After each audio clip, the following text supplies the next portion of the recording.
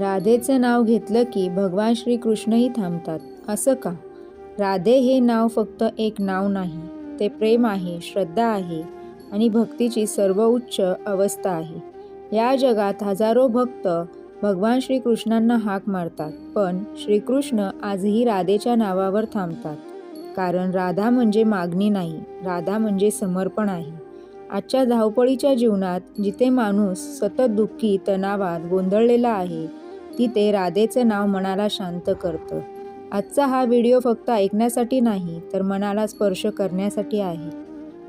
राधा म्हणजे प्रेम, पण साधं प्रेम नाही, अपेक्षा नसलेलं, हक्क नसलेलं, तक्रार नसलेलं. आज आपण प्रेमात अटी ठेवतो, माझ्यासाठी काय केलंस, मला काय मिळालं. पण राधेने कधीच विचारलं नाही. तिला फक्त एकच समाधान होतं, भगवान श्रीकृष्ण सुखी आहे का?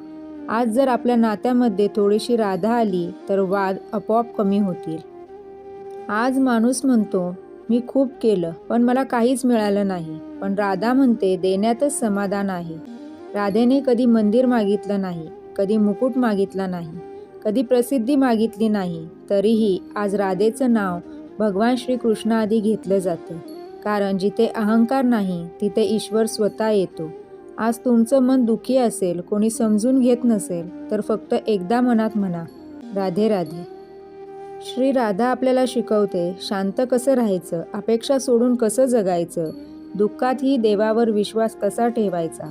ज्या दिवशी तुम्ही लोक काय म्हणतील हे सोडून देव काय पाहतो याकडे लक्ष द्याल, त्या दिवशी तुमचं आयुष्य बदलायला सुरुवात होईल. राधेचं नाव औषध आहे, मनासाठी, आत्म्यासाठी.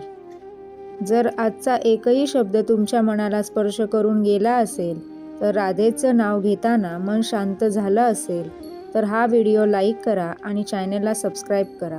कारण इथे शब्द नाही, भावना दिल्या जातात. कॉमेंटमध्ये लिहा राधे राधे आणि हा व्हिडिओ त्या व्यक्तीला शेअर करा ज्याला आज शांततेची गरज आहे. राधे राधे. श्री स्वामी समर्थ.